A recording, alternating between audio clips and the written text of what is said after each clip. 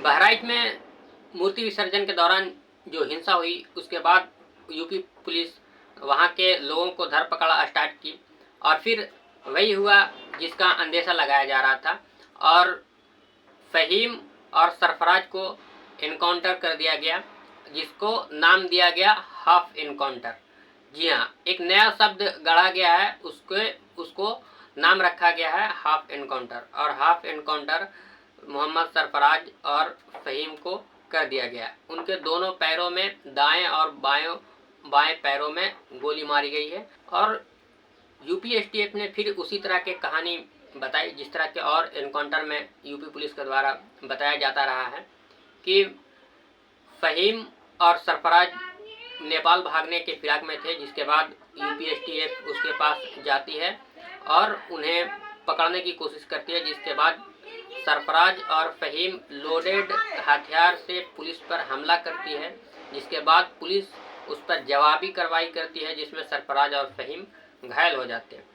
इस थ्योरी के बाद कई सवाल उठने शुरू हो गए हैं और इन पर सवाल उठ रहे हैं कि ये इस तरह से जो एक दिन पहले जिसको गिरफ्तार किया गया वो बहराइच से 70 किलोमीटर दूर नेपाल बॉर्डर पर कैसे पहुंच गया, और आरोपी जब पुलिस के कस्टडी में है तो उसके पास लोडेड हथियार कहां से चला आया।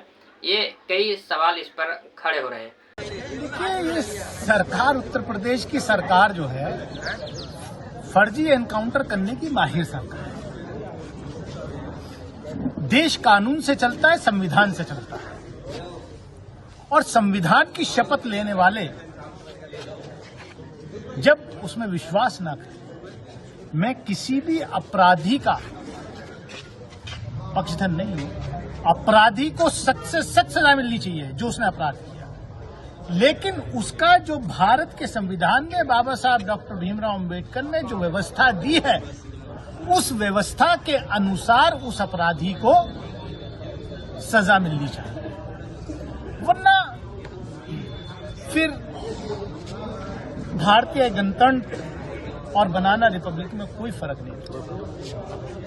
एनकाउंटर से एक दिन पहले मोहम्मद सरफराज और मोहम्मद फहीम के बहन ने एक वीडियो जारी करके ये आरोप लगाया था कि एक दिन पहले यूपी एसटीएफ उसके भाई और दो भाई और पिता को घर से उठाकर ले गई है, जिसके बाद उसका एनकाउंटर किया जा सकता है। ऐसा आरोप उनके सरफराज के बहन और फहीम के बहन ने लगाया था और दूसरे दिन ठीक वैसे ही हुआ और दो भाइयों का इनकाउंटर हो गया, जबकि ये पूरी तरह से इनकाउंटर नहीं हुआ, हाफ इनकाउंटर हुआ और पैर में गोली मारी गई। जैसी ये खबर फैली कि आरोपियों को इनकाउंटर कर दिया गया है, दक्षिणपंथी ट्विटर हैंडल से दनादन ट्वीट होने लगे और खुशी जाहिर करने लगी और ये बताया जाने लगा कि उन्हें उन दोनों को मार दिया गया है। इसी कड़ी में एक गोदी मीडिया के पत्रकार रूबिका लियाकत हैं, उन्होंने एक ट्वीट किया, उसमें बताया कि सरफराज को इनकाउंटर में मार दिया गया है, जबकि फहीम को गोली मारी गई है पैर में, वो जिंदा है। जबकि ये पूरी तरह से गलत और भ्रामक खबर है। आप इस बात से अंदाजा लगा सकते हैं कि इस गोदी मीडिया के एंकरों को कितना बेसब्री से इंतजार रहता है किसी के एनकाउंटर होने का। इससे पहले भी इस घटना को लेकर के फर्जी खबर गोदी मीडिया और गोदी एंकरों के द्वारा फैलाया गया था गोपाल मिश्रा को लेकर के, और ये दावा किया जा रहा था कि गोपाल मिश्रा के पोस्टमार्टम रिपोर्ट में ये पता चला है कि गोपाल मिश्रा को करंट लगाया गया है, उसके नाखून कबाड़े गए हैं और बुरी तरह से उसके लाश के साथ बर्बरता की गई है। गोदी मीडिया इसी तरह से भ्रामक खबर फैला करके लोगों के बीच दंगा कराने के फिराक में लगी रहती है।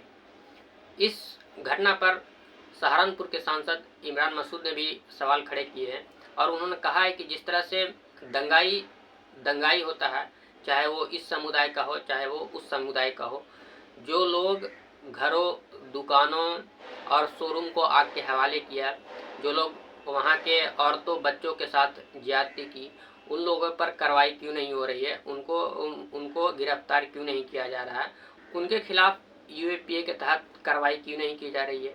वो भी दंगाई हैं, वो लोग भी घरों, मकानों और शोरूम को आग के हवाले किया है। और इस तरह नेताओं के द्वारा वोटों की खेती की जाती रही है हिंदुस्तान में। और इसमें नुकसान जो आम गरीब लोग होते हैं उनका होता है, उनके जानी जाती है, उनके घर द्वार और मकाने जाती हैं, उनके शोरूम जाते हैं, उनके दुकानें जाती हैं, और इसका फ़ायदा पूरी तरह से वहाँ के नेताओं को। भारत में दंगों का एक पुराना इतिहास रहा है। लंबे समय से दंगे होते आ रहे हैं, चाहे वो 1990 के दशक हो या इस समय का जो दौर हो, ये दशक हो, इसमें भी लगातार दंगे होते जा रहे हैं।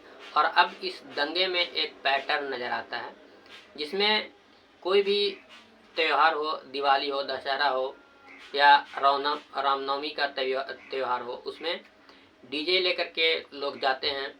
लोग एक दूसरे समुदाय के घरों के पास, उनके पूजा स्थलों के पास आपत्तिजनक गाने बजाते हैं। उसके साथ पुलिस भी रहती है, और पुलिस पूरी तरह से उस तरह के गाने और भड़काऊ गाने बजाने पर को रोकने में पूरी तरह से नाकाम रहती है, जिसके बाद हिंसा भड़कती है और एक समुदाय विशेष को टारगेट किया जाता है। उनके घरों पर बुलडोजर चलाया जाता रहा है, उनको प्रताड़ित किया जाता रहा है, उनके लोगों को जेलों में डाला जाता रहा है, उनके साथ इनकाउंटर किया जाता रहा है। इस तरह से एक पैटर्न लगातार इस दशक में देखने को मिल रही है।